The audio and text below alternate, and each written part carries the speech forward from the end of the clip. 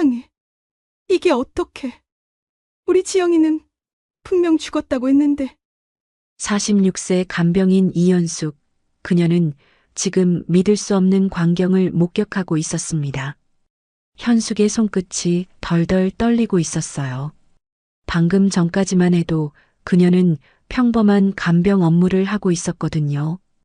25세 여성 환자의 기저귀를 갈아주려고 바지를 내렸을 뿐이었는데, 그런데 바로 그 순간 환자의 오른쪽 엉덩이에서 뭔가를 발견한 겁니다.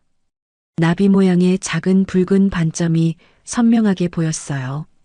이게 어떻게? 현숙의 눈에서 뜨거운 눈물이 주르륵 흘러내렸습니다. 이 반점, 세상에 이런 우연이 있을 수 있을까요? 20년 전 그녀가 마지막으로 본 딸의 엉덩이에도 똑같은 반점이 있었거든요. 정확히 같은 위치에, 정확히 같은 모양으로. 지영아, 우리 지영이인 거야? 지금 현숙의 머릿속은 완전히 하얗게 변해버렸어요. 심장이 터질 것처럼 빨리 뛰고 있었죠. 나비 모양 반점은 정말 특별한 거였거든요. 현숙의 딸은 태어날 때부터 그 반점이 있었습니다. 의사가 말하길 1000명 중 1명 정도나 가지는 특별한 모반이라고 했었죠. 그런데 잠깐, 이게 대체 어떻게 된 일일까요? 왜 현숙은 20년 만에 딸을 알아보게 된 걸까요? 그리고 이 젊은 여성은 왜 의식을 잃고 병상에 누워 있는 걸까요? 이 충격적인 순간이 어떻게 시작된 건지 처음부터 차근차근 들려드릴게요. 20년 전으로 돌아가 볼까요? 2004년 추운 겨울, 26살의 이연숙은 인생에서 가장 힘든 선택을 해야 했습니다.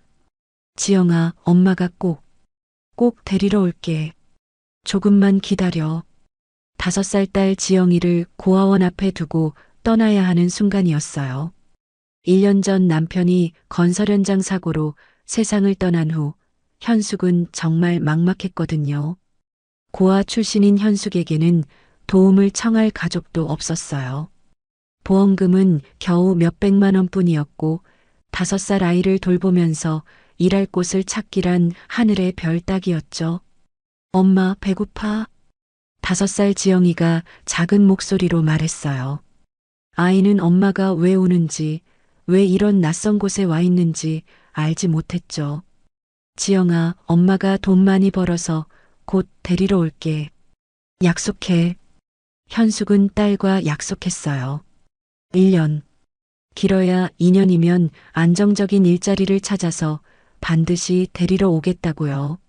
하지만 세상 일이 그렇게 쉽지 않았죠. 현숙은 지방으로 가서 식당일, 청소일, 닥치는 대로 일했어요.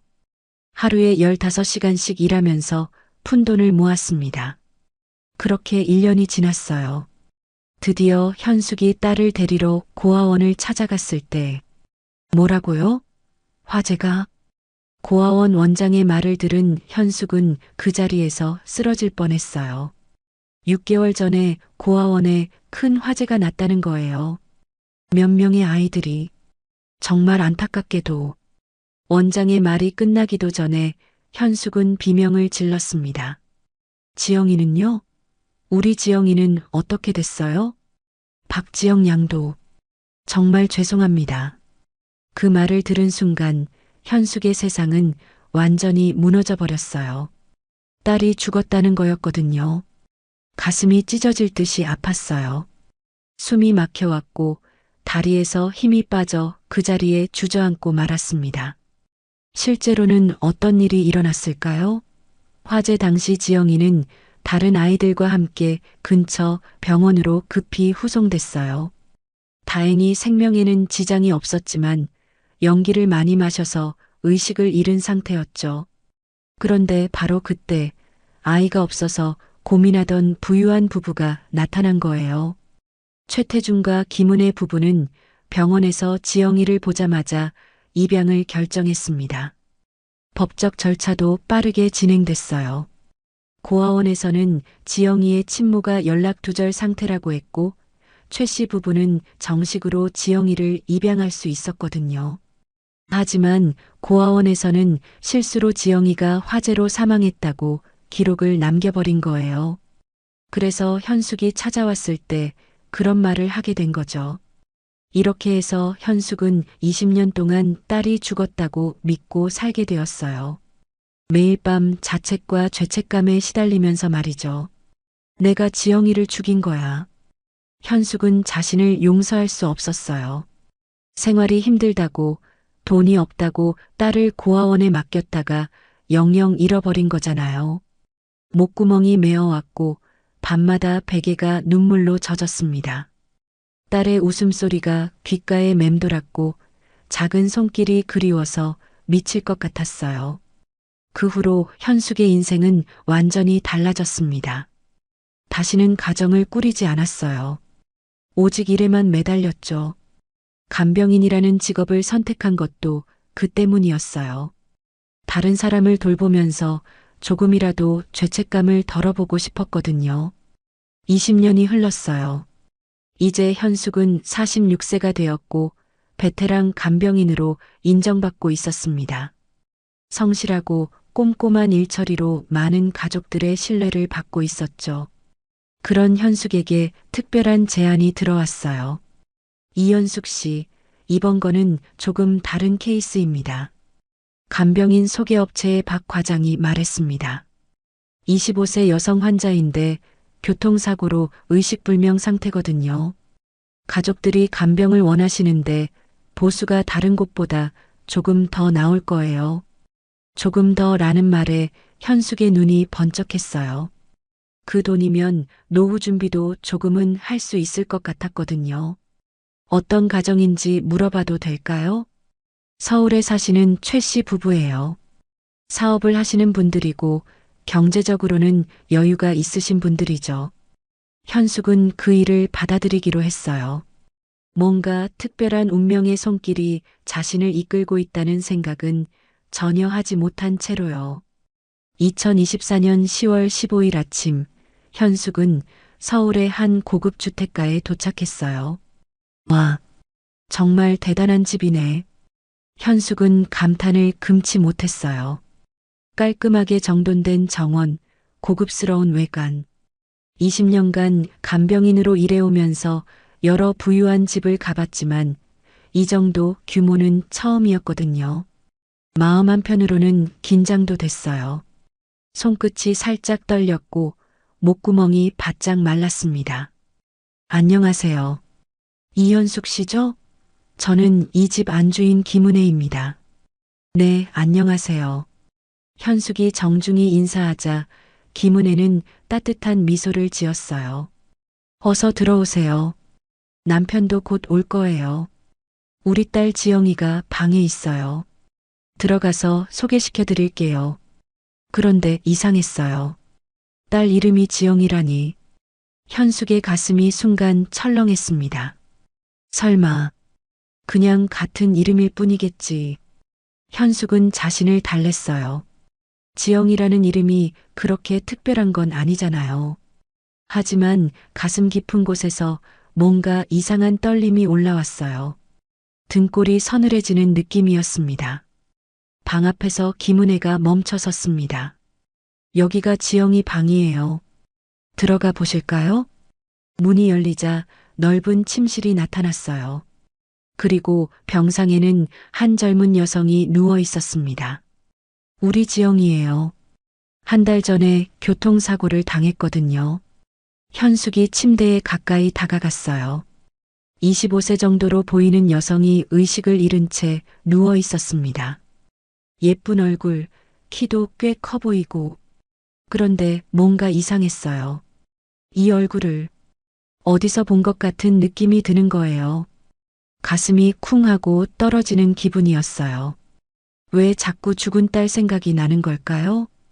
처음에는 의식이 있었는데 며칠 전부터 혼수 상태에 빠졌어요. 의사 선생님은 언제 깨어날지 모른다고 하시더라고요. 김은혜의 목소리에서 걱정이 묻어났어요. 하지만 현숙은 이상하게도 그 목소리가 잘 들리지 않았어요. 온 신경이 침대 위의 여성에게 집중되어 있었거든요. 왜 이럴까? 왜 자꾸 우리 지영이가 생각나는 거지? 바로 그때 현관에서 남성의 목소리가 들려왔어요. 여보, 나왔어. 아, 남편이 왔네요. 잠깐만 기다리세요. 김은혜가 아래층으로 내려갔어요. 현숙은 잠시 환자와 단둘이 남게 되었습니다. 안녕하세요. 지영 씨. 현숙이 조심스럽게 말을 걸어봤어요. 물론 대답은 없었지만 뭔가 말을 하지 않으면 안 될 것 같았거든요. 저는 이현숙이라고 해요.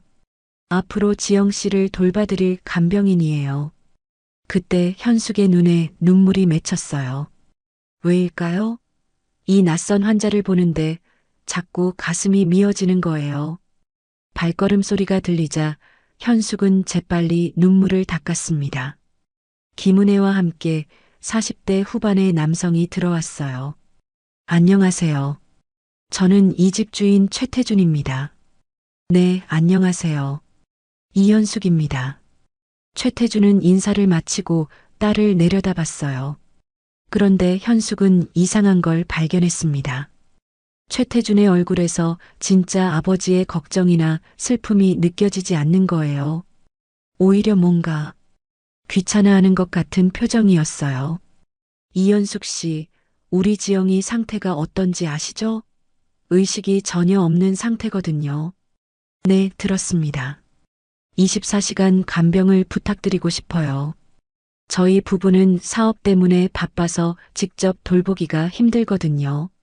최태준의 말투가 묘하게 차가웠어요. 딸이 혼수 상태에 빠져 있는데도 사업 얘기를 먼저 하다니. 혹시 다른 병원으로 옮기실 계획은 없으신가요? 더 좋은 치료를 받을 수 있는. 현숙이 조심스럽게 물어봤어요. 하지만 최태준과 김은혜의 반응이 이상했습니다. 아니요. 여기 병원에서 충분히 잘해주고 있어요. 김은혜가 단호하게 말했어요. 그런데 그 표정에서 뭔가 숨기고 있다는 느낌이 들었어요. 목소리 톤이 너무 빨랐고 눈빛이 어딘가 불안해 보였습니다. 그럼 제가 어떤 일들을 해드리면 될까요? 기본적인 간병 업무요. 식사 도움, 약물 투여, 위생 관리. 특별한 건 없어요. 최태준이 대답했는데 왜인지 서둘러 대화를 끝내려는 것 같았어요. 그럼 오늘부터 시작하시면 돼요. 지영이 방 옆에 간병인실도 마련해뒀으니까 편하게 지내세요. 김은혜가 현숙을 간병인실로 안내했어요. 작지만 깔끔한 방이었습니다. 뭔가 필요한 게 있으면 언제든 말씀하세요. 네, 감사합니다. 김은혜가 나간 후 현숙은 혼자 앉아서 생각에 잠겼어요. 뭔가 이상한 집이었습니다. 딸이 혼수 상태인데도 부모가 너무 담담한 것 같았어요. 물론 사람마다 슬픔을 표현하는 방식이 다르긴 하지만. 그리고 환자 지영이 자꾸 죽은 딸 생각이 나는 거예요. 가슴 한편이 답답하고 손끝이 계속 떨렸습니다. 뭔가 중요한 걸 놓치고 있는 것 같은 기분이었어요. 저녁이 되자 현숙은 본격적인 간병을 시작했어요. 지영이의 상태를 체크하고 약을 먹이고 몸을 닦아줬습니다. 그런데 지영이를 돌보면서 이상한 일들이 계속 일어났어요. 현숙이 옛날에 자주 불러주던 자장가를 무의식적으로 흥얼거렸을 때 지영이의 눈가에서 눈물이 흘러나온 거예요. 이게 뭐지? 현숙이 깜짝 놀라서 눈물을 닦아줬어요. 의사들은 의식이 전혀 없다고 했는데, 그리고 현숙이 지영이의 손을 잡고 있을 때 지영이의 손가락이 살짝 움직이는 것 같았어요. 착각인가? 하지만 분명히 느껴졌어요. 뭔가 반응하고 있다는 것을. 손끝으로 전해지는 미세한 떨림이 현실 같았거든요. 밤이 깊어갔어요. 현숙은 지영이 곁에서 밤샘 간병을 하며 계속 지켜봤습니다. 그런데 새벽 2시쯤 정말 놀라운 일이 일어났어요. 엄마, 지영이가 작은 목소리로 중얼거린 거예요. 현숙은 벌떡 일어났어요. 착각인가 싶어서 귀를 가까이 댔습니다. 엄마. 분명히 엄마라고 하고 있었어요. 의식을 잃은 상태에서 말이에요. 현숙의 가슴이 두근거리기 시작했어요. 왜 이 아이가 엄마를 찾고 있는 걸까요? 그리고 왜 현숙이 이렇게 마음이 아픈 걸까요? 온몸에 전율이 흘렀어요. 뭔가 중요한 기억이 머릿속에서 흐릿하게 떠오르려 하고 있었습니다. 그날 밤 현숙은 제대로 잠들 수 없었어요. 계속해서 지영이의 얼굴을 들여다보며 이상한 확신이 들기 시작했습니다. 혹시 정말로. 하지만 그런 생각을 하는 자신이 미쳤다는 생각도 들었어요. 다음 날 아침 현숙은 평소보다 일찍 일어났어요. 밤새 제대로 잠들지 못했거든요. 지영이가 엄마라고 중얼거렸던 그 순간이 계속 머릿속을 맴돌았습니다. 그냥 무의식 중에 하는 말이겠지. 모든 아이들이 아플 때 엄마를 찾잖아. 현숙은 자신을 달래려 했어요. 하지만 가슴 한편이 계속 불안했습니다. 지영이의 아침 간병을 시작했어요. 체온을 재고 혈압을 체크하고 몸을 닦아주는 일상적인 업무들. 그런데 이상하게도 지영이를 돌볼 때마다 손이 저절로 부드러워지는 거예요. 20년간 간병인으로 일하면서 늘 전문적이고 차분하게 일해왔는데 이번에는 뭔가 달랐어요. 마치 진짜 가족을 돌보는 것처럼 손끝이 더욱 조심스러워졌고 시선이 더욱 따뜻해졌습니다. 현숙 씨 수고하십니다. 김은혜가 방에 들어왔어요. 손에는 커피 한 잔을 들고 있었습니다. 아, 감사합니다. 어젯밤엔 어떠셨어요? 처음이라 힘드셨죠? 김은혜의 물음에 현숙은 잠시 망설였어요. 지영이가 엄마라고 중얼거렸던 일을 말해야 할까요? 네, 괜찮았어요. 그런데 혹시 지영 씨가 가끔 잠꼬대를 하시나요? 잠꼬대요? 아니요, 의식이 없는 상태라서. 김은혜가 의아한 표정을 지었어요. 어젯밤에 작은 소리로 뭔가 중얼거리는 것 같아서요. 그래요?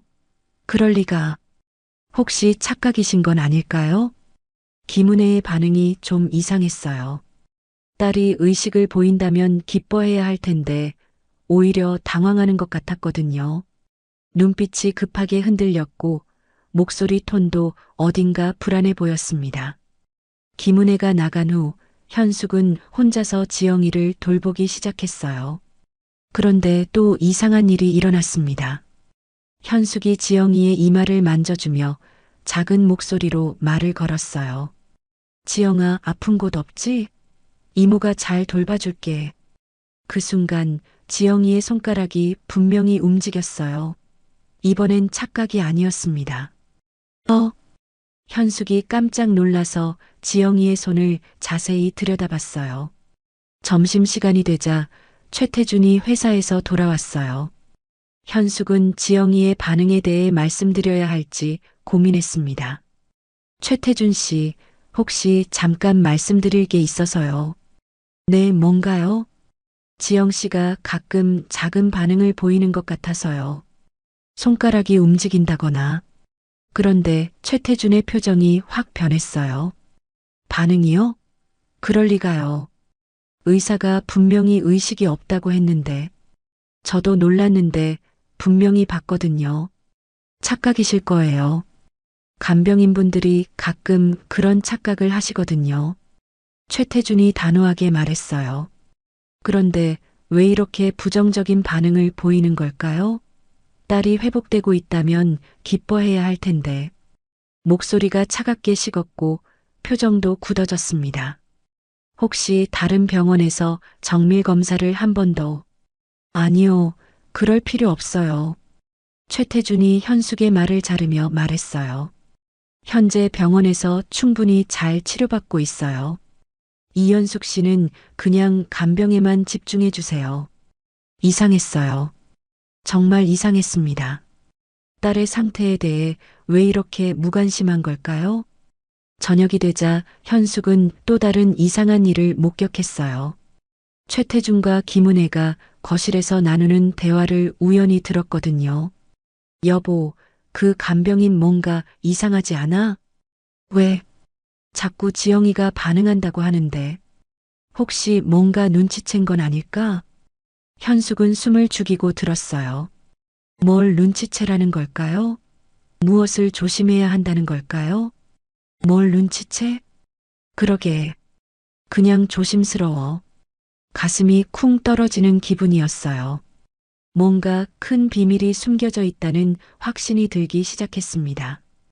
그날 밤 현숙은 더욱 신경을 곤두세우고 지영이를 돌봤어요. 그리고 정말 놀라운 순간을 다시 목격했습니다. 현숙이 20년 전 딸에게 불러주던 자장가를 작게 흥얼거렸을 때였어요. 그 순간 지영이의 눈에서 눈물이 흘러나왔어요. 그것도 양쪽 눈에서 동시에. 지영아. 현숙이 깜짝 놀라서 눈물을 닦아줬어요. 이건 분명히 우연이 아니었습니다.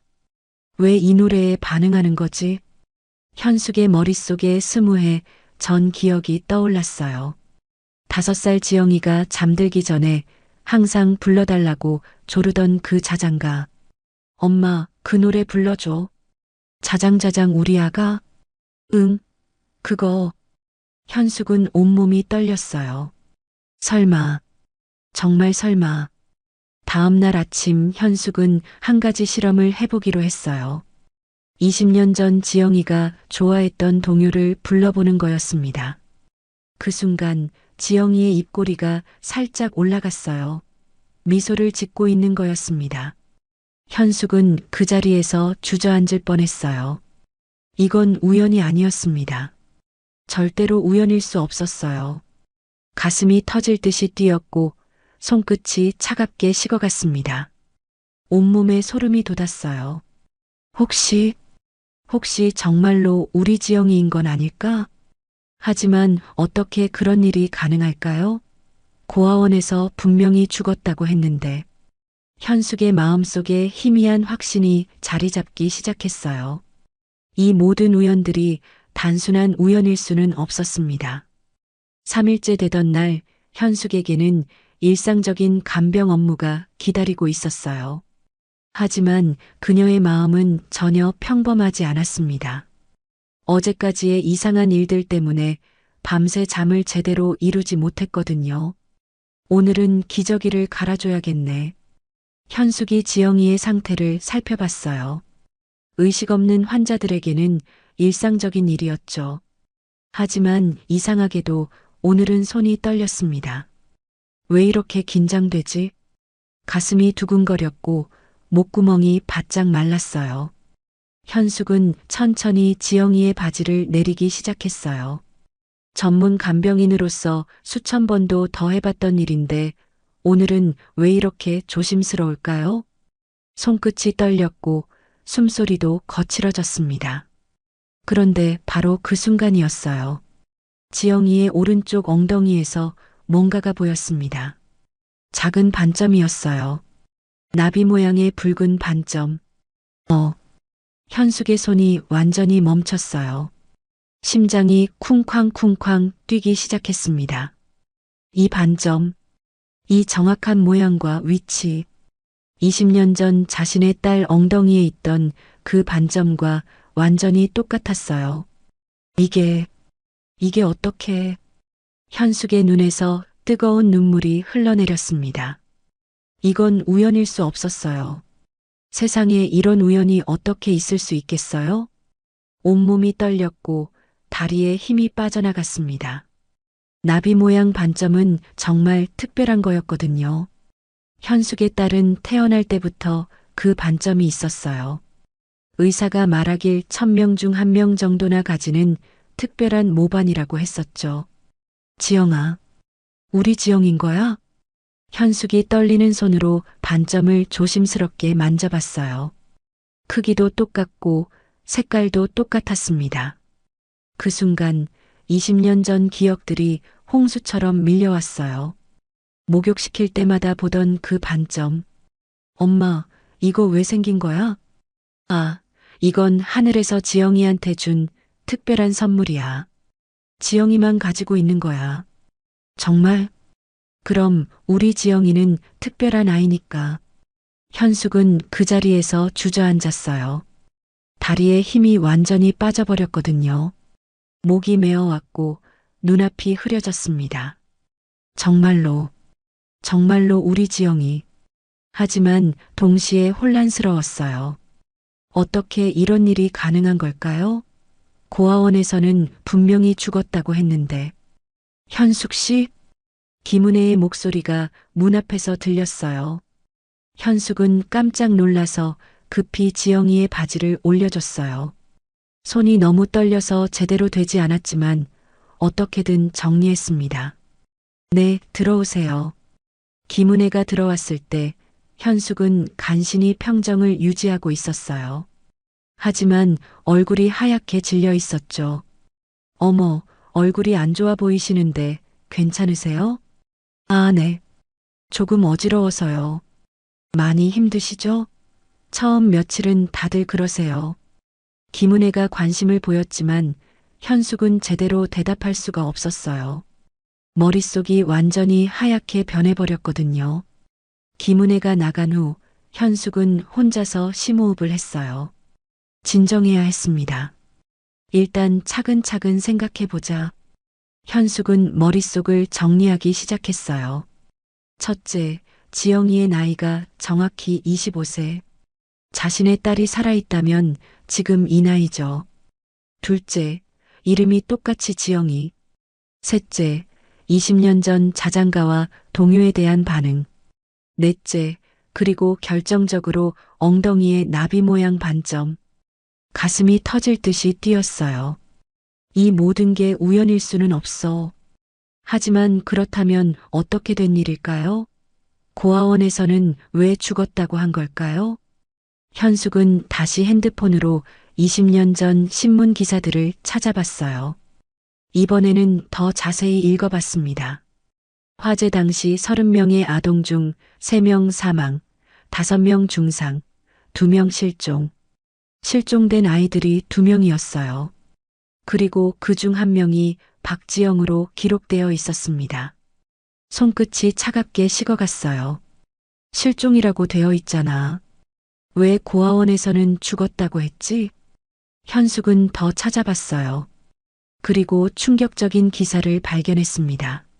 실종 아동 2명, 병원에서 치료 후 입양 절차 진행. 병원에서 치료 후 입양이라고 되어 있었어요. 현숙의 손이 떨렸어요. 그럼 지영이가 입양된 거였구나. 그런데 왜 고아원에서는 죽었다고 했을까요? 목구멍이 막혔고 눈가가 촉촉해졌습니다. 아마도 서류상 실수나 오해가 있었던 것 같았어요. 화재 현장이 너무 혼란스러웠고 아이들이 여러 병원으로 흩어져서 정확한 파악이 어려웠을 거예요. 그럼 정말로 우리 지영이가 살아있었던 거구나. 현숙은 눈물을 흘렸어요. 20년 동안 자신을 괴롭혔던 죄책감, 딸을 죽게 만들었다는 자책감, 그 모든 게 잘못된 거였어요. 가슴이 뜨거워졌고 온몸에 전율이 흘렀습니다. 하지만 동시에 새로운 의문이 생겼습니다. 지영이를 입양한 이 가족, 최태준과 김은혜, 왜 이렇게 지영이에 대해 무관심한 걸까요? 진짜 부모라면 딸이 교통사고를 당했을 때 더 적극적으로 치료를 받게 해야 하는데, 그리고 지영이가 의식을 보인다고 할 때도 왜 그렇게 부정적인 반응을 보였을까요? 뭔가 이상해. 점심시간이 되자 최태준이 집에 왔어요. 현숙은 떨리는 마음으로 그를 맞았습니다. 안녕하세요. 네, 고생하시네요. 지영이 상태는 어때요? 최태준이 물었지만 현숙은 이상한 걸 발견했어요. 최태준의 눈에서 진짜 걱정이 느껴지지 않는 거예요. 별다른 변화는 없어요. 그래요? 그럼 됐고. 최태준이 마치 안도하는 것 같았어요. 왜 딸이 나아지지 않는 걸 다행스러워하는 걸까요? 혹시 지영 씨 어릴 때 사진 같은 거 볼 수 있을까요? 환자분을 더 잘 이해하면 간병에 도움이 될 것 같아서요. 현숙이 조심스럽게 물어봤어요. 사진요? 별로 없어요. 지영이가 사진 찍는 걸 싫어해서. 최태준의 대답이 어색했어요. 딸 사진이 없다니. 그런 부모가 어디 있어요?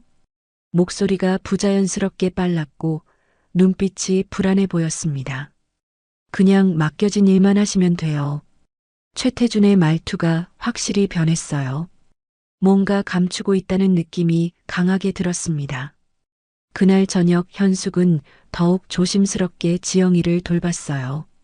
이제 확신했거든요. 이 아이가 자신의 딸이라는 것을. 지영아. 현숙이 작은 목소리로 불러봤어요. 엄마야. 엄마가 여기 있어. 그 순간 지영이의 손가락이 움직였어요. 그리고 눈꺼풀이 살짝 떨렸습니다. 지영아, 엄마 목소리 들려? 지영이의 입술이 살짝 움직였어요. 뭔가 말하려는 것 같았어요. 현숙은 귀를 가까이 댔습니다. 엄마. 희미하지만 분명히 들렸어요. 그래, 엄마야. 엄마가 꼭 너를 구해낼게. 현숙은 눈물을 흘리며 딸의 손을 꽉 잡았어요. 20년 만에 다시 만난 딸. 절대 또 잃어버릴 수는 없었습니다. 현숙이 지영이가 자신의 딸임을 확신한 지 이틀이 지났어요. 하지만 그 확신이 클수록 새로운 의문들이 생겨났습니다. 가장 큰 의문은 최태준과 김은혜의 행동이었어요. 20년간 키운 딸이 교통사고를 당했는데도 너무 담담한 거예요. 아니, 담담한 정도가 아니라 오히려 무관심해 보였습니다. 뭔가 숨기고 있는 게 분명해. 현숙은 틈틈이 이 집을 관찰하기 시작했어요. 그리고 점점 이상한 점들을 발견했습니다. 첫째, 집안에 지영이의 어린 시절 사진이 전혀 없었어요. 20년간 키운 딸인데 사진 한 장이 없다는 게 말이 되나요? 둘째, 지영이 방에는 개인적인 물건들이 거의 없었어요. 마치 호텔 방처럼 깔끔하고 차가웠습니다. 셋째, 최태준과 김은혜가 지영이에 대해 이야기할 때 어색한 부분들이 많았어요. 진짜 부모라면 알 법한 것들을 모르는 경우가 있었거든요. 가슴 한편이 답답해지기 시작했어요. 지영이가 어떤 음식을 좋아하는지 아세요? 현숙이 김은혜에게 물어봤을 때였어요. 음식요? 글쎄, 뭐든 잘 먹었어요. 특별히 좋아하는 건 없었나요? 아이들은 보통 좋아하는 메뉴가 있잖아요. 그게 잘 기억이 안 나네요. 20년간 키운 딸의 취향을 기억 못한다고요? 이상했어요. 정말 이상했습니다. 목소리도 어딘가 어색했고 시선도 자꾸 다른 곳으로 향했어요. 그런데 더 충격적인 일이 기다리고 있었어요. 어느 날 밤 현숙이 화장실에 가려고 복도를 지나는데 최태준과 김은혜의 대화가 들렸거든요. 여보, 보험회사에서 언제 나온다고 했어? 한 달 정도 더 기다려야 한대. 확실한 진단서가 필요하다고 하더라고. 그럼 그때까지는? 응, 그때까지는 이 상태를 유지해야 해. 현숙은 숨을 죽이고 들었어요. 보험회사? 진단서? 무슨 얘기인 걸까요? 근데 그 간병인 좀 이상하지 않아? 자꾸 지영이한테 관심이 많더라. 나도 느꼈어. 뭔가 수상해. 혹시 눈치챈 건 아닐까? 뭘 눈치채? 설마 그런 일이. 최태준과 김은혜의 목소리가 점점 작아졌어요. 하지만 현숙은 충분히 들었습니다.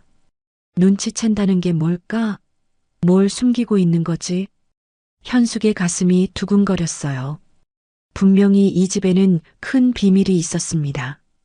등골이 서늘해졌고 손끝이 차갑게 식어갔어요. 다음 날 현숙은 기회를 봐서 집안을 좀 더 자세히 살펴보기로 했어요. 최태준과 김은혜가 모두 외출한 사이에 말이죠. 잠깐 지영 씨 방 청소를 해드릴게요. 현숙은 핑계를 대고 지영이 방을 꼼꼼히 살펴봤어요. 서랍을 열어보고 옷장도 확인해 봤습니다. 그런데 정말 이상했어요. 25살 여성의 방치고는 너무 텅 비어 있었거든요. 개인적인 물건이라고는 몇 벌의 옷과 기본적인 생활용품뿐. 20년간 여기서 살았다면 추억이 담긴 물건들이 있어야 하는데, 현숙이 책상 서랍을 열었을 때 작은 봉투 하나를 발견했어요.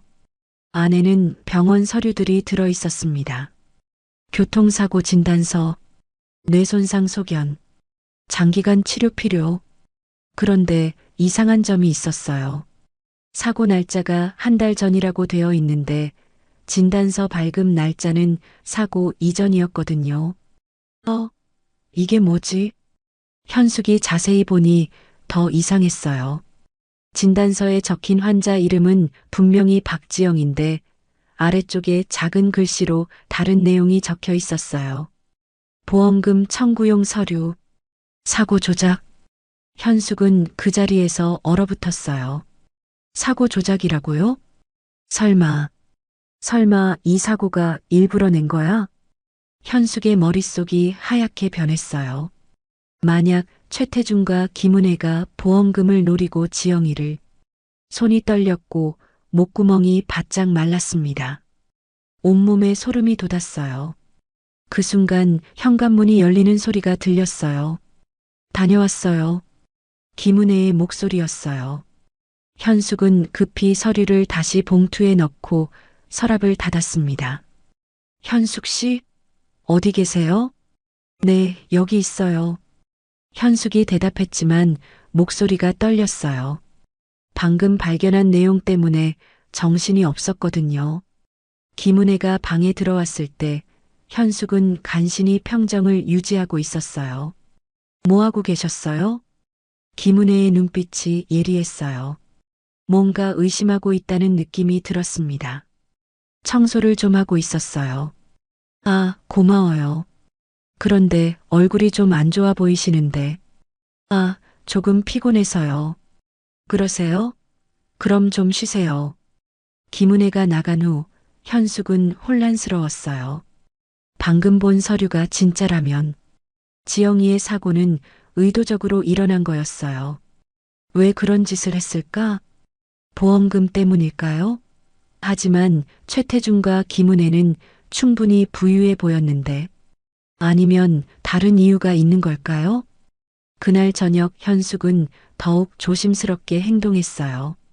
최태준과 김은혜를 의심하고 있다는 걸 들키면 안 되니까요. 현숙 씨, 지영이 상태가 어때요? 최태준이 물었을 때 현숙은 최대한 자연스럽게 대답했어요. 네, 안정적이에요. 혹시 이상한 반응 같은 건 없었죠? 아니요, 별다른 변화는 없어요. 현숙은 거짓말을 했어요. 사실 지영이는 계속해서 현숙의 목소리에 반응하고 있었거든요. 하지만 최태준과 김은혜에게 말할 수는 없었어요. 이 사람들이 정말 지영이를 해친 거라면 현숙은 소름이 돋았어요. 20년간 키운 딸을 보험금 때문에 해치다니. 그런 일이 정말 가능한 걸까요? 밤이 깊어지자 현숙은 지영이와 단둘이 남게 되었어요. 이때가 가장 안전한 시간이었습니다. 지영아, 엄마야. 현숙이 작은 목소리로 말했어요. 엄마가 모든 걸 알아냈어. 이 사람들이 너한테 나쁜 짓을 했다는 것도. 지영이의 눈꺼풀이 떨렸어요. 마치 듣고 있다는 듯이. 걱정하지 마. 엄마가 꼭 너를 구해낼게. 절대 이 사람들한테 당하지 않을 거야. 현숙은 딸의 손을 꽉 잡았어요. 20년 만에 찾은 딸을 또 잃을 수는 없었습니다. 하지만 어떻게 해야 할까요? 경찰에 신고해야 할까요? 하지만 확실한 증거가 있어야 하는데. 그리고 무엇보다 지영이의 안전이 걱정되었어요.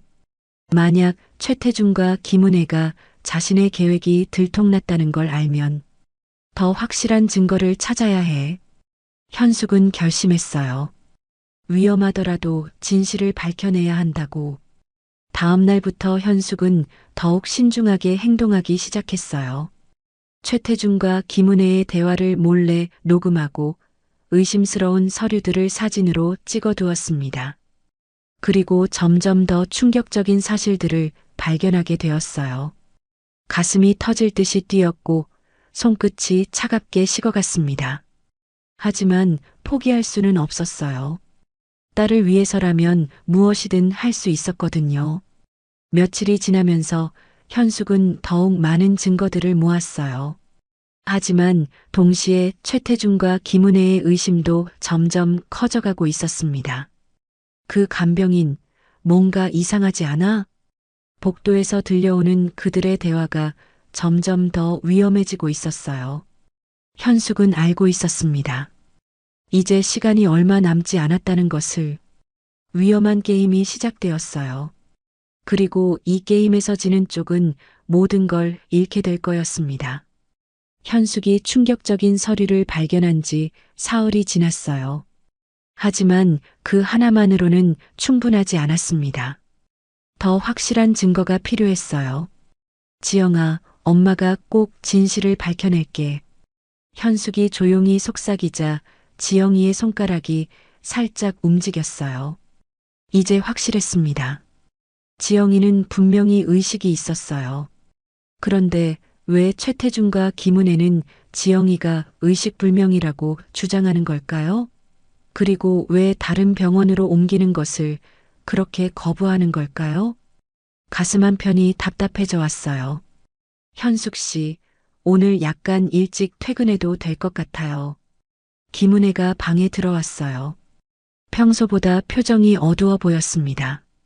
네, 무슨 일이 있으신가요? 남편이랑 중요한 얘기가 있어서요. 저녁에 병원에서 지영이 상태 점검도 받아야 하고, 현숙은 기회라고 생각했어요. 이들이 없는 동안 더 많은 단서를 찾을 수 있을 거예요. 알겠습니다. 그럼 내일 아침에 올게요. 네, 그렇게 해주세요. 김은혜의 목소리에 어딘가 불안함이 묻어 있었어요. 1시간 후 집안이 완전히 조용해지자 현숙은 본격적인 탐색을 시작했어요. 먼저 최태준의 서재로 갔습니다. 책상 위에는 여러 서류들이 놓여 있었어요. 보험 서류, 병원 기록. 현숙이 한 파일을 열었을 때 놀라운 내용을 발견했어요. 생명보험금 10억, 장애보험금 5억, 지영이에게 무려 15억 원의 보험이 걸려 있었던 거예요. 그것도 사고 한 달 전에 가입한. 손끝이 차갑게 식어갔고 온몸에 소름이 돋았어요. 이게 뭐야? 현숙은 더 자세히 살펴봤어요. 보험 약관을 보니 더욱 충격적이었습니다. 의식불명 6개월 지속 시 보험금 지급. 아, 그래서 지영이를 의식불명 상태로 만들어 놓은 거구나. 6개월만 버티면 15억을 받을 수 있으니까요. 현숙은 핸드폰으로 이 서류들을 몰래 촬영했어요. 하지만 더 중요한 건 지영이의 진짜 상태를 확인하는 거였습니다. 가슴이 터질 듯이 뛰었고 목구멍이 바짝 말랐어요. 다시 지영이 방으로 돌아간 현숙은 더 적극적으로 실험해 보기로 했어요. 지영아, 엄마 목소리 들려? 현숙이 조금 더 큰 소리로 말하자 지영이의 눈꺼풀이 떨렸어요. 지영아, 만약 내 말이 들린다면 손가락을 움직여봐. 놀랍게도 지영이의 오른손 검지가 살짝 움직였어요. 세상에. 현숙은 눈물이 날 것 같았어요. 지영이는 분명히 의식이 있었어요.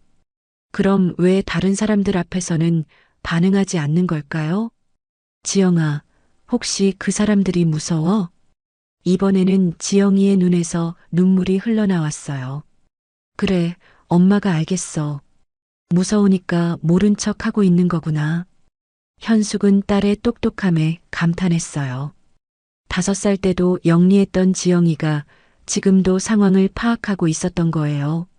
가슴이 뭉클해졌고 눈가가 촉촉해졌습니다. 걱정하지 마. 엄마가 꼭 너를 구해낼게.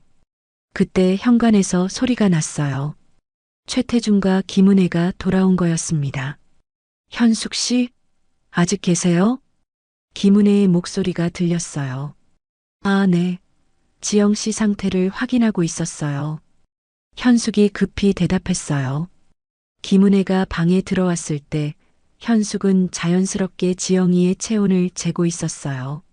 어때요? 안정적이에요. 그래요? 병원에서도 별다른 변화 없다고 하더라고요.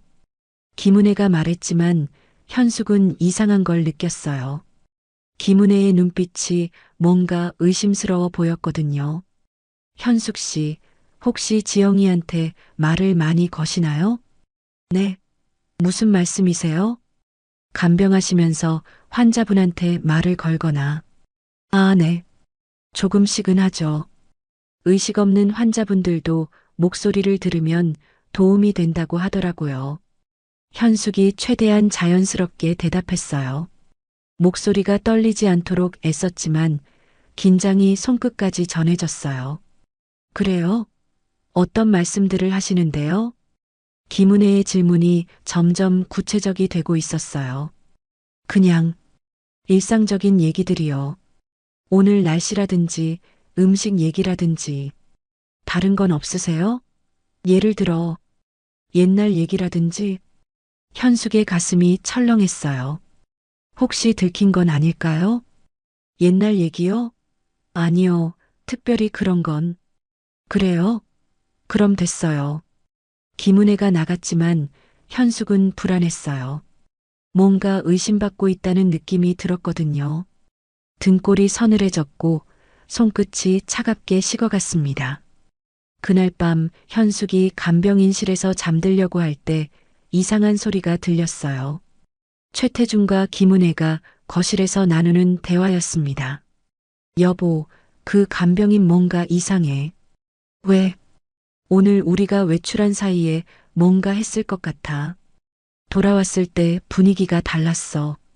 현숙은 숨을 죽이고 들었어요.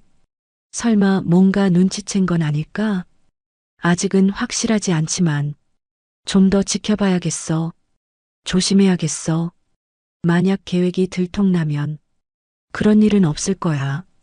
하지만 혹시 모르니까 CCTV를 더 설치하자. CCTV요? 응, 지영이 방에도 하나 더 달고. 현숙은 소름이 돋았어요. CCTV를 더 설치한다고요? 그럼 지영이와의 대화도 들킬 수 있잖아요. 온몸이 떨렸고 가슴이 두근거렸어요. 다음 날 아침 현숙은 더욱 조심스럽게 행동했어요. 하지만 동시에 더 적극적으로 증거를 모아야 한다고 생각했습니다. 점심시간에 최태준이 외출한 사이 현숙은 김은혜에게 자연스럽게 물어봤어요.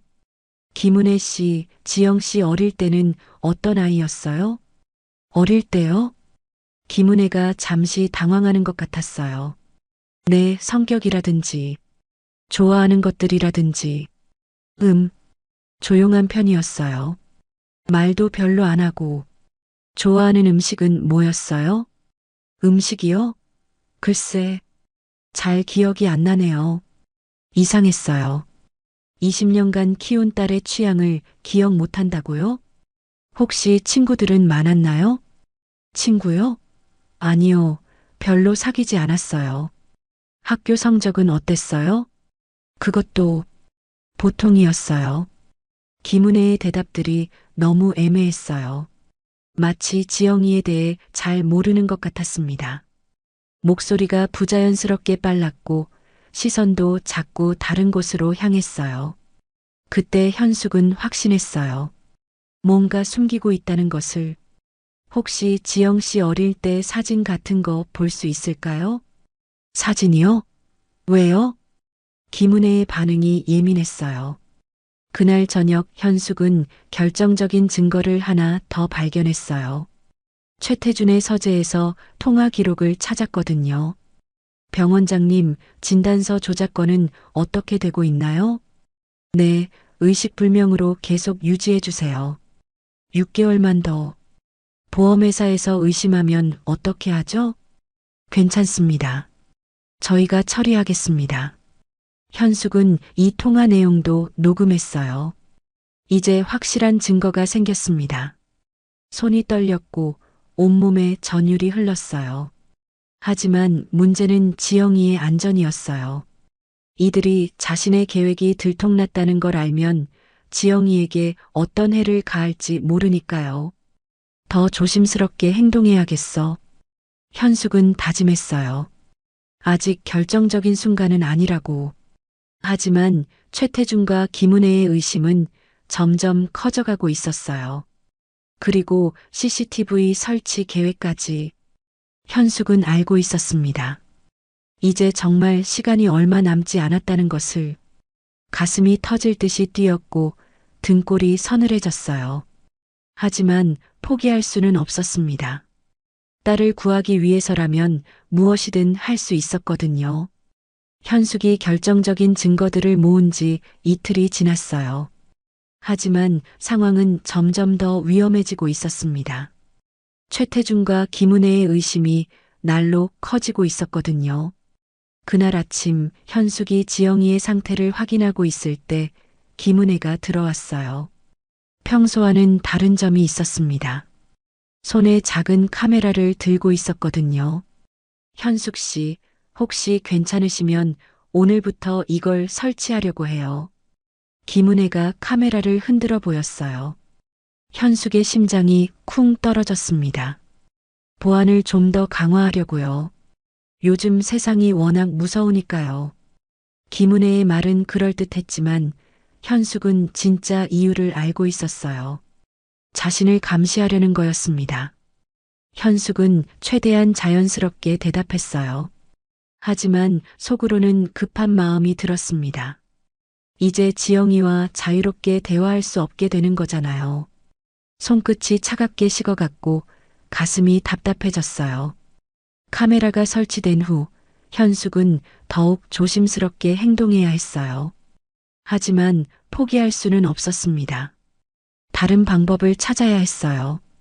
점심시간 최태준이 돌아왔을 때 현숙은 이상한 광경을 목격했어요. 최태준이 지영이 방에 들어가서 뭔가를 속삭이고 있었거든요. 지영아, 너도 알지? 네가 어떤 상황인지. 계속 조용히 있어야 해. 알겠지?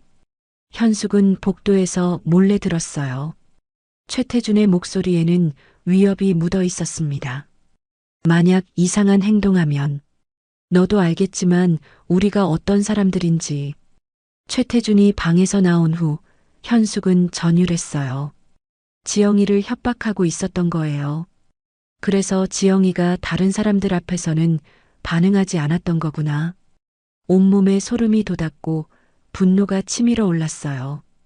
오후가 되자 김은혜가 현숙을 부르더군요. 거실에서 차를 마시며 이야기하자고 했어요. 현숙 씨, 간병일이 많이 힘드시죠? 김은혜가 차를 따라주며 말했어요. 하지만 그 눈빛이 예사롭지 않았습니다. 현숙은 차를 받아들며 조심스럽게 대답했어요. 김은혜의 진짜 의도가 뭔지 궁금했거든요.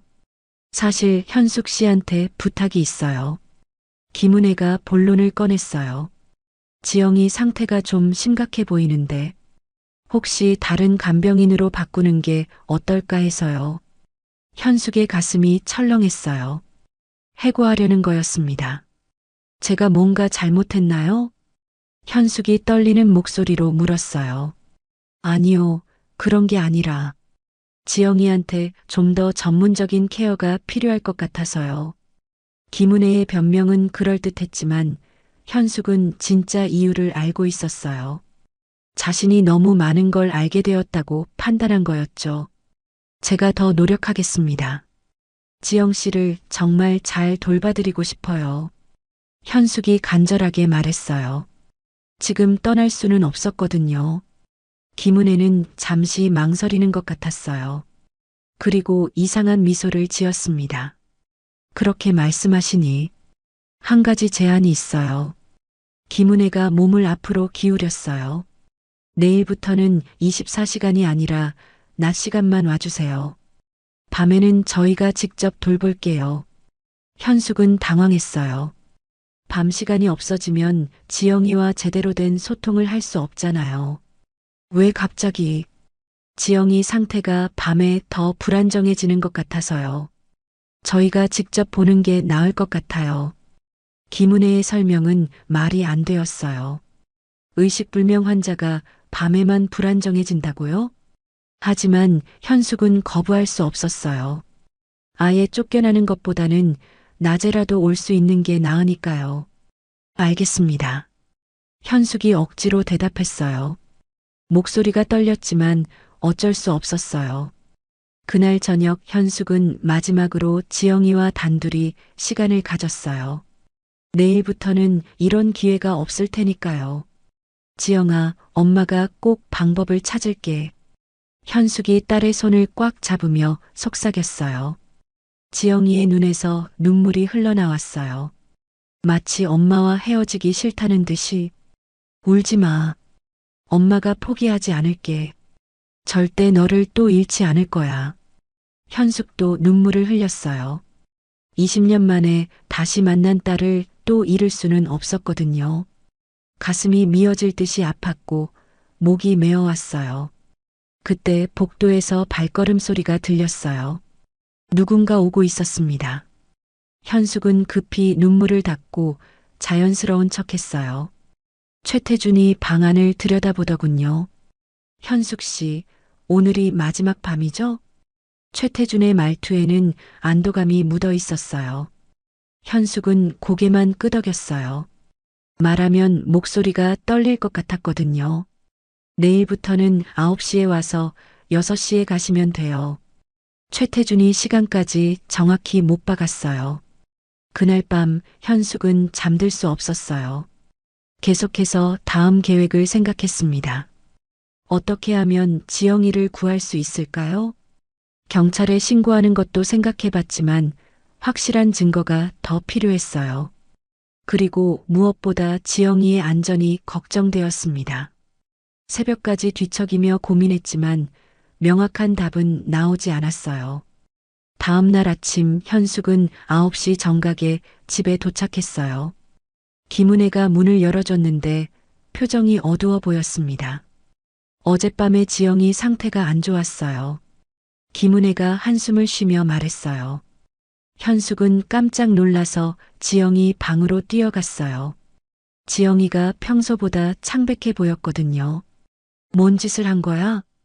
현숙은 분노가 치밀어 올랐어요. 하지만 티를 낼 수는 없었습니다. 지영이의 손을 살짝 잡아봤어요. 다행히 따뜻했고 맥박도 정상이었습니다. 하지만 뭔가 약물을 투여한 것 같았어요. 어떤 약을 드렸어요? 현숙이 조심스럽게 물었어요. 의사가 처방해준 진정제요. 밤에 너무 불안해하는 것 같아서. 김은혜의 대답을 들으며 현숙은 확신했어요. 지영이를 의도적으로 의식불명 상태로 유지하고 있다는 것을. 손끝이 떨렸고 분노가 치밀어 올랐어요. 그날 하루 종일 현숙은 지영이를 세심하게 관찰했어요. 오후가 되자 조금씩 의식이 돌아오는 것 같았습니다. 5시가 되자 김은혜가 현숙에게 퇴근하라고 했어요. 아직 1시간이 남았는데도 말이에요. 내일도 9시에 와주세요. 김은혜가 말했지만 현숙은 이상한 느낌이 들었어요. 뭔가 중요한 일이 있는 것 같았거든요. 집으로 가는 길에 현숙은 결심했어요. 오늘 밤에 몰래 돌아가 보기로 한 거예요. 가슴이 두근거렸지만 지영이를 위해서라면 위험을 감수할 수 있었어요. 밤 10시 현숙은 조용히 집 주변을 살폈어요. 최태준과 김은혜가 뭘 하고 있는지 확인하려고 했습니다. 어둠 속에서 집을 관찰하며 현숙은 긴장했어요. 들키면 모든 게 끝날 수도 있었거든요. 하지만 지영이를 구하기 위해서는 어떤 위험도 감수해야 했어요. 손끝이 차갑게 식어갔고 심장이 빠르게 뛰었습니다. 현숙은 조용히 집 뒷담 너머로 몸을 숨겼어요. 어둠 속에서 집안을 들여다보려고 했습니다. 과연 최태준과 김은혜가 뭘 하고 있을까요? 거실 창문으로 희미한 불빛이 새어나오고 있었어요. 현숙은 조심스럽게 다가가서 틈 사이로 안을 들여다봤습니다. 그런데 정말 믿을 수 없는 광경이 펼쳐져 있었어요. 심장이 쿵쾅쿵쾅 뛰기 시작했고 손끝이 차갑게 식어갔어요. 최태준과 김은혜가 테이블에 앉아서 돈을 세고 있었거든요. 그것도 엄청난 양의 현금을. 테이블 위에는 수억 원으로 보이는 돈다발들이 가득 쌓여 있었어요. 이번 달까지만 더 버티면 돼. 최태준이 돈을 세면서 말했어요. 보험회사에서 의심하지 않을까? 김은혜가 걱정스러운 목소리로 물었어요. 괜찮아. 병원장이 완벽하게 처리해줬어. 진단서도 다 조작했고. 현숙은 온몸이 떨렸어요. 정말로 병원과 공모해서 지영이를 속이고 있었던 거예요. 하지만 더 충격적인 건 이제부터였어요. 그런데 그 간병인 때문에 좀 귀찮아졌네. 최태준이 짜증스럽게 말했어요. 너무 많이 알게 된 것 같아. 어떻게 할까? 김은혜도 고민스러운 표정을 지었어요. 일단 며칠 더 지켜보자. 만약 정말 위험해지면. 최태준이 말을 멈췄어요. 하지만 그 뒤에 오는 말을 현숙은 상상할 수 있었습니다. 현숙의 가슴이 두근거렸어요.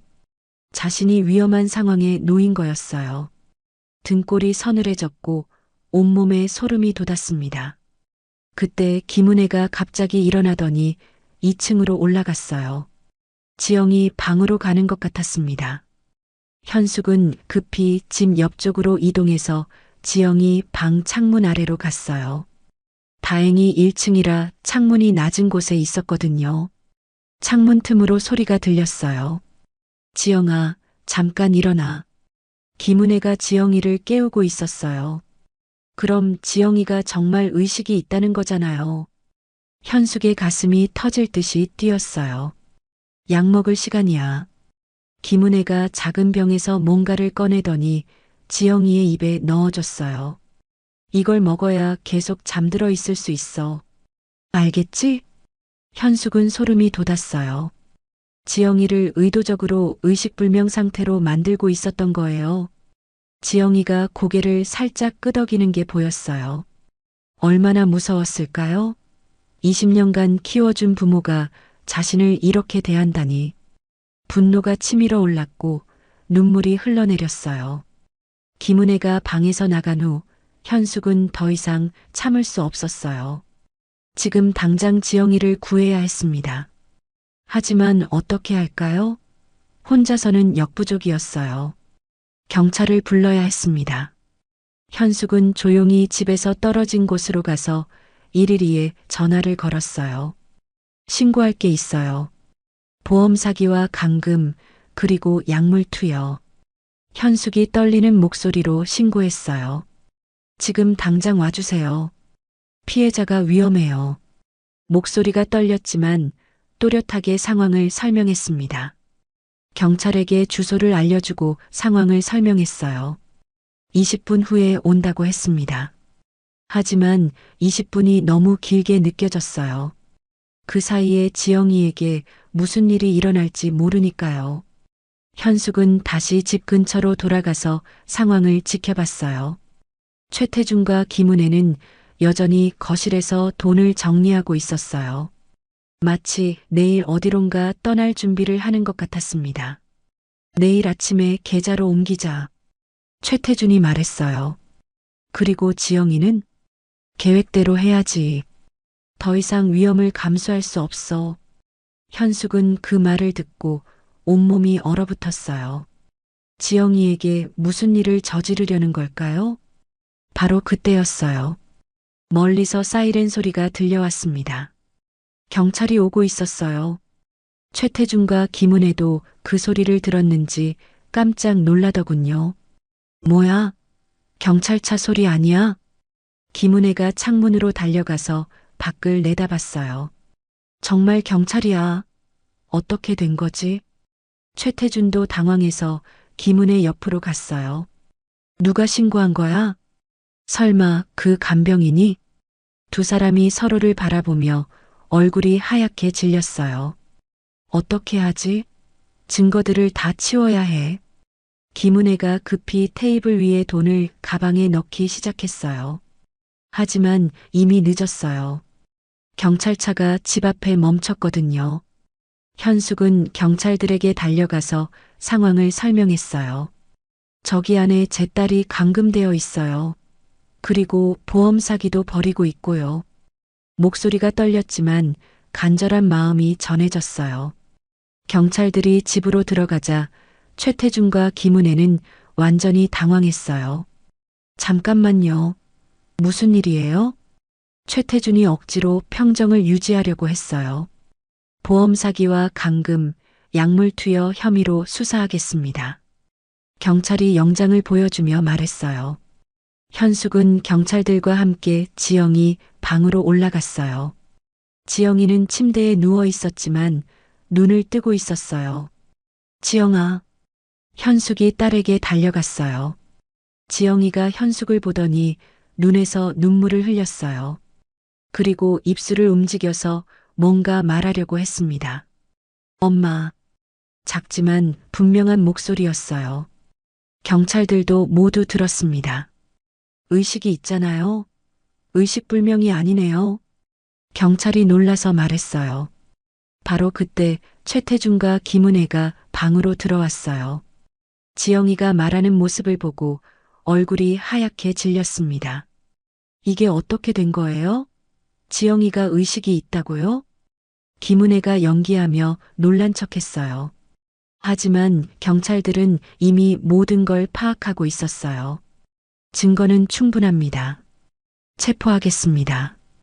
경찰이 수갑을 꺼내자 최태준과 김은혜는 더 이상 버틸 수 없었어요. 아니에요. 우리는 그냥 그만하세요. 모든 증거가 있어요. 현숙이 지영이의 손을 꽉 잡으며 말했어요. 이제 안전해. 엄마가 너를 구했어. 지영이가 고개를 끄덕이며 미소를 지었어요. 20년 만에 진짜 웃음이었습니다. 눈가가 촉촉해졌고 가슴이 뭉클해졌어요. 최태준과 김은혜가 수갑을 찬 채로 끌려나가는 모습을 보며 현숙은 안도했어요. 드디어 악몽이 끝난 거였어요. 하지만 이제 시작이었어요. 지영이와 함께 새로운 삶을 시작해야 했거든요. 엄마가 20년 늦었지만 이제부터는 절대 떠나지 않을게. 현숙이 딸을 꽉 안으며 속삭였어요. 지영이도 엄마의 품에 안기며 눈물을 흘렸어요. 20년간 그리워했던 엄마의 따뜻한 품이었습니다. 경찰들이 증거품들을 수거하고 있었어요. 15억 원의 보험금 서류, 조작된 진단서, 약물들, 모든 진실이 밝혀지고 있었습니다. 정의가 승리했네요. 한 경찰이 현숙에게 말했어요. 네, 정말 다행입니다. 현숙이 대답했지만 아직도 믿어지지 않았어요. 정말로 지영이를 구해낸 거였거든요. 최태준과 김은혜가 체포된 지 사흘이 지났어요. 지영이는 즉시 제대로 된 병원으로 옮겨져서 정밀 검사를 받았습니다. 의사들은 모두 놀라워했어요. 정말 다행입니다. 뇌에는 아무런 손상이 없어요. 담당 의사가 현숙에게 설명했어요. 그동안 투여된 약물 때문에 의식이 흐릿했던 거예요. 며칠만 지나면 완전히 회복될 겁니다. 현숙은 눈물을 흘렸어요. 정말 다행이었거든요. 만약 조금이라도 늦었다면 지영이에게 돌이킬 수 없는 일이 일어났을지도 모르니까요. 목이 메어왔고 온몸에서 긴장이 풀려나갔어요. 지영이는 하루가 지날수록 놀라운 회복세를 보였어요. 처음에는 몇 마디 말하는 것도 힘들어했지만 점점 더 많은 이야기를 할 수 있게 되었습니다. 엄마, 정말 엄마가 맞아요? 지영이가 현숙의 손을 잡으며 물었어요. 목소리는 여전히 약했지만 눈빛만큼은 또렷했습니다. 그럼 엄마야. 20년 만에 다시 만났구나. 현숙이 딸의 이마를 쓰다듬어 주었어요. 손끝으로 전해지는 딸의 체온이 그렇게 따뜻할 수가 없었어요. 저는 엄마를 기억해요. 어렴풋하지만 지영이가 천천히 말했어요. 5살 때까지의 기억이 있어요. 엄마가 불러주던 자장가도 기억하고 현숙의 가슴이 뭉클했어요. 지영이가 정말로 자신을 기억하고 있었던 거예요. 그때 왜 저를 두고 가셨어요? 지영이의 질문에 현숙은 할 말을 잃었어요. 어떻게 설명해야 할까요? 눈가가 뜨거워졌고 목구멍이 막혔어요. 지영아, 엄마가 정말 어쩔 수 없었어. 아빠가 돌아가시고 돈도 없고. 현숙이 눈물을 흘리며 20년 전 이야기를 들려줬어요. 얼마나 힘들었는지, 얼마나 후회했는지. 엄마도 지영이가 죽었다고 생각했어. 고아원에서 그렇게 말했거든. 20년 동안 엄마가 얼마나 자책했는지 몰라. 지영이가 엄마의 손을 꽉 잡았어요. 이제 괜찮아요. 다시 만났잖아요. 지영이의 따뜻한 말에 현숙은 더욱 눈물을 쏟았어요. 며칠 후 경찰서에서 연락이 왔어요. 최태준과 김은혜의 범죄가 모두 밝혀졌다는 소식이었습니다. 보험 사기 15억 원, 감금 약물 투여, 병원과의 공모. 형사가 설명해 줬어요. 이들은 지영 씨를 입양한 직후부터 계획을 세웠던 것 같습니다. 20년간 키우면서도 결국 돈만 생각했던 거죠. 현숙은 분노가 치밀어 올랐어요. 어떻게 그런 끔찍한 일을 할 수 있을까요?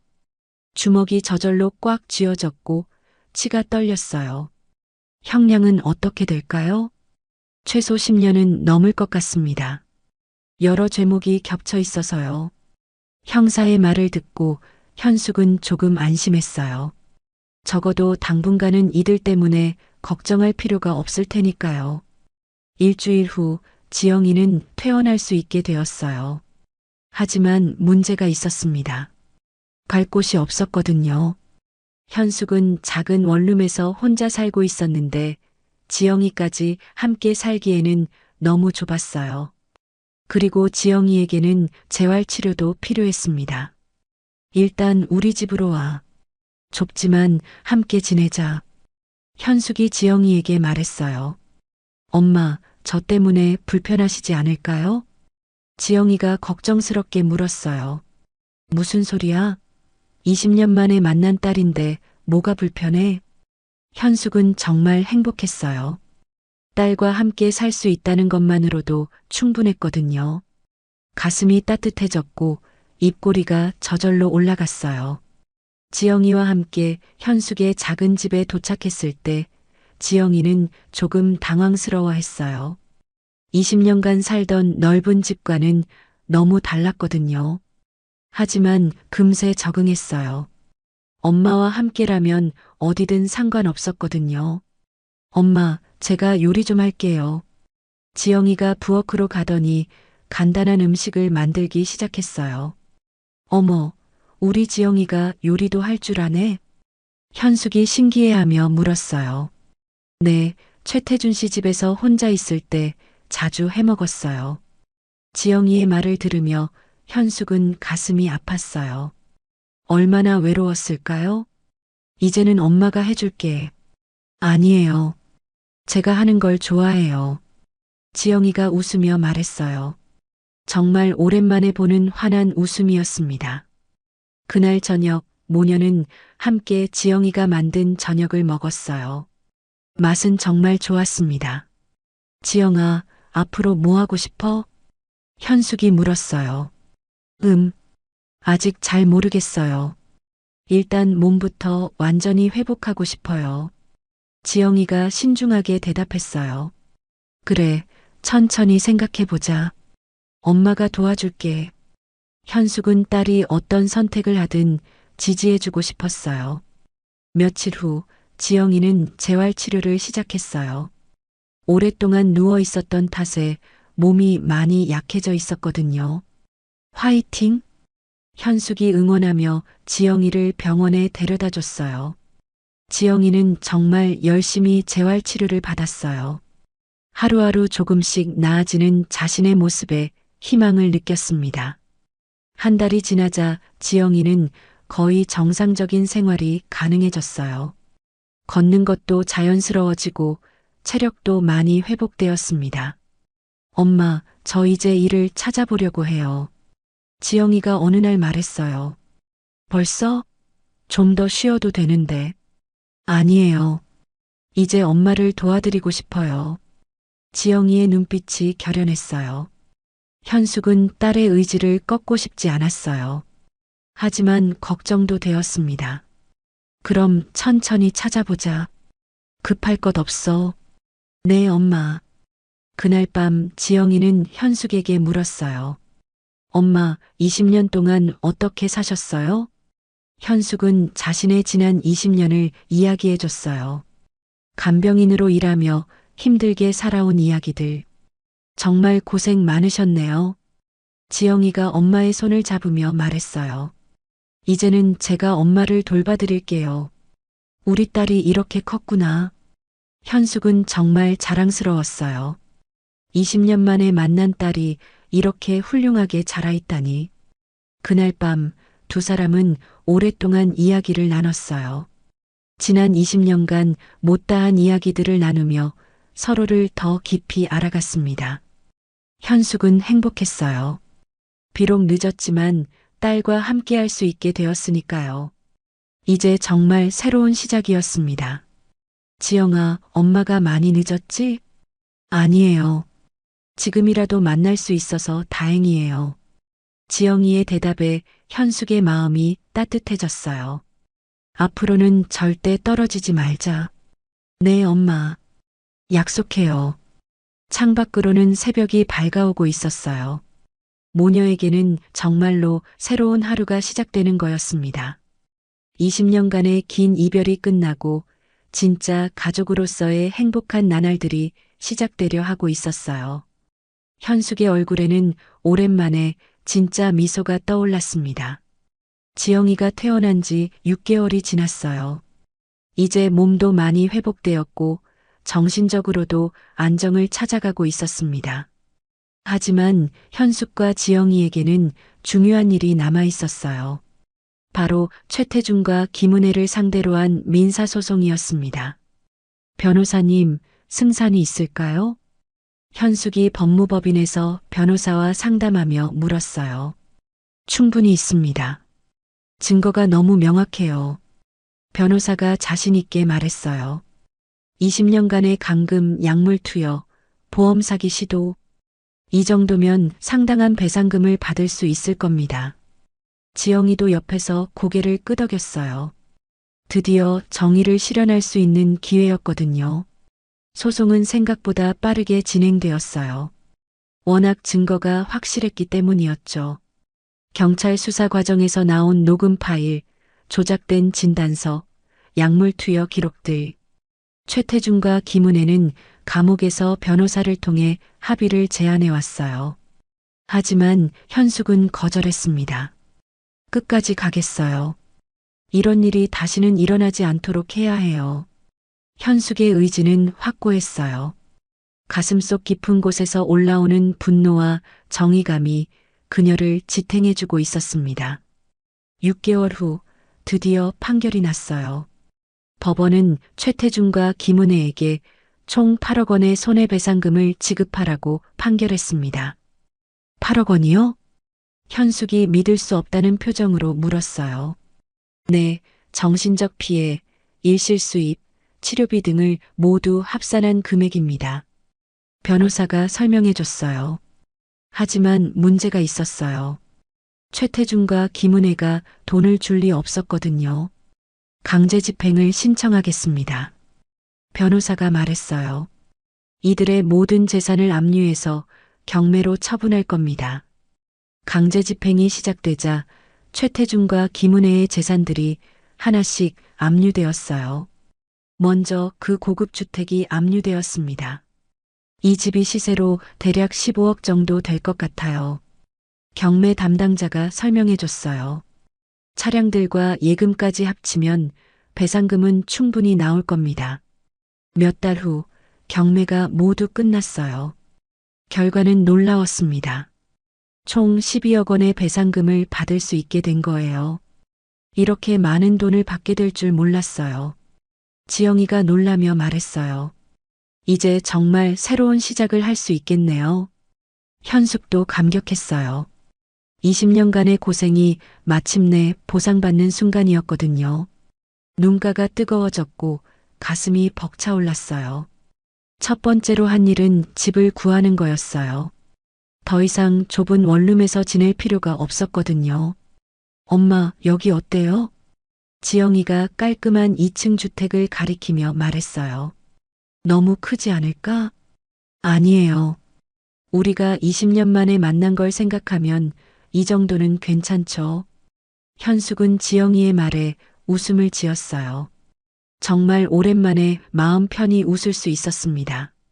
새 집으로 이사한 후 현숙은 간병인 일을 그만두기로 했어요. 이제 더 이상 힘든 일을 할 필요가 없었거든요. 엄마, 저도 이제 제대로 된 일자리를 찾아보려고 해요. 지영이가 말했어요. 급할 거 없어. 천천히 네가 정말 하고 싶은 일을 찾아보자. 감사해요, 엄마. 몇 주 후 지영이는 작은 카페에서 일을 시작했어요. 사장님이 지영이의 사연을 듣고 흔쾌히 받아주었거든요. 처음엔 아르바이트부터 시작하지만 열심히 하면 매니저까지 올라갈 수 있어요. 사장님이 격려해 주었어요. 지영이는 정말 열심히 일했어요. 고객들도 지영이의 친절함을 좋아했습니다. 20년간 힘든 시간을 보낸 만큼 사람들을 더 잘 이해할 수 있었거든요. 손님들과 대화할 때마다 얼굴에 진짜 미소가 떠올랐어요. 한편 현숙은 집에서 작은 반찬 가게를 시작했어요. 20년간 간병인으로 일하며 배운 요리 실력을 활용한 거였죠. 현숙 씨 반찬이 정말 맛있어요. 동네 주민들이 칭찬해 주었어요. 어디서 배우셨어요? 그냥 오랫동안 혼자 살면서 배웠어요. 현숙은 겸손하게 대답했어요. 어느 날 저녁 지영이가 일을 마치고 집에 왔을 때 현숙이 특별한 음식을 준비해 두었어요.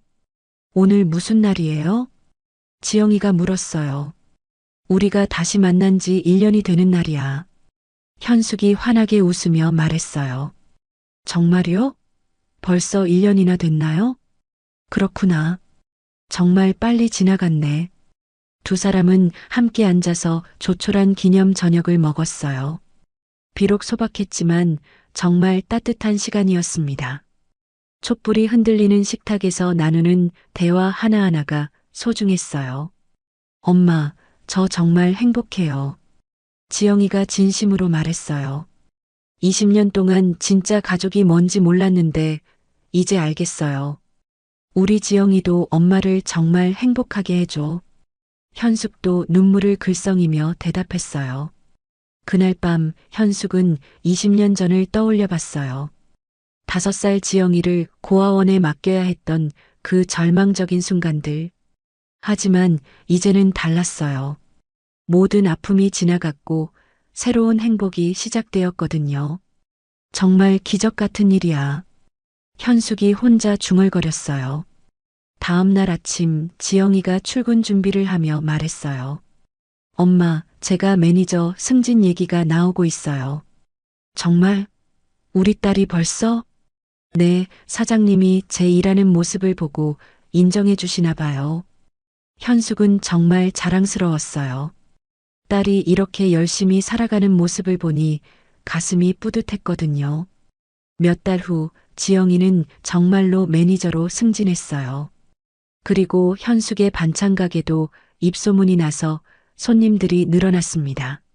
엄마, 이제 정말 안정된 것 같아요. 지영이가 말했어요. 그러게.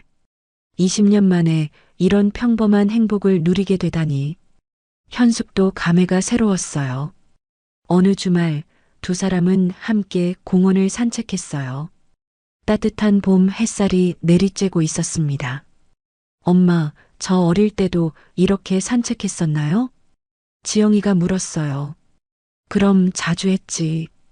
네가 5살 때까지는 현숙이 그때의 기억들을 떠올리며 말했어요. 이제 다시 할 수 있어서 정말 좋아요. 지영이가 엄마의 팔짱을 끼며 말했어요. 공원 벤치에 앉아서 두 사람은 미래에 대해 이야기했어요. 지영아, 혹시 결혼 생각은 없어? 현숙이 조심스럽게 물었어요. 아직은 엄마랑 더 많은 시간을 보내고 싶어요. 지영이가 웃으며 대답했어요. 20년을 놓쳤으니까 그만큼 더 함께 있어야죠.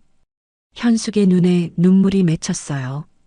딸의 마음이 너무 고마웠거든요. 해가 저물어갈 무렵 두 사람은 집으로 돌아왔어요. 작지만 따뜻한 그들만의 보금자리로. 엄마, 저녁은 제가 할게요. 고마워, 우리 딸. 주방에서 요리하는 지영이를 바라보며 현숙은 정말 행복했어요. 이런 평범한 일상이 얼마나 소중한지 이제야 알겠더군요. 그날 저녁 함께 저녁을 먹으며 현숙이 말했어요. 지영아, 엄마가 평생 후회했던 일이 결국 우리를 다시 만나게 해줬구나. 운명인가 봐요. 지영이가 대답했어요. 이제 앞으로는 행복한 일만 있을 거야. 네, 엄마. 우리 함께 만들어가요. 창밖으로는 별들이 반짝이고 있었어요. 현숙과 지영이의 새로운 삶도 그 별들처럼 빛나고 있었습니다. 20년간의 긴 헤어짐이 끝나고 진짜 가족으로서의 행복한 나날들이 계속되고 있었어요. 현숙의 얼굴에는 이제 늘 따뜻한 미소가 머물러 있었습니다. 오늘 이야기 어떠셨나요? 지금 이 순간 어디에서 어떤 일을 하시면서 듣고 계시는지 꼭 댓글로 적어주세요. 반가운 마음으로 여러분에게 인사드리고 싶어요. 그리고 이야기가 마음에 드셨다면 구독과 좋아요 부탁드려요. 여러분의 가정에 항상 행복이 가득하시길 바라며 오늘도 시청해 주셔서 감사합니다.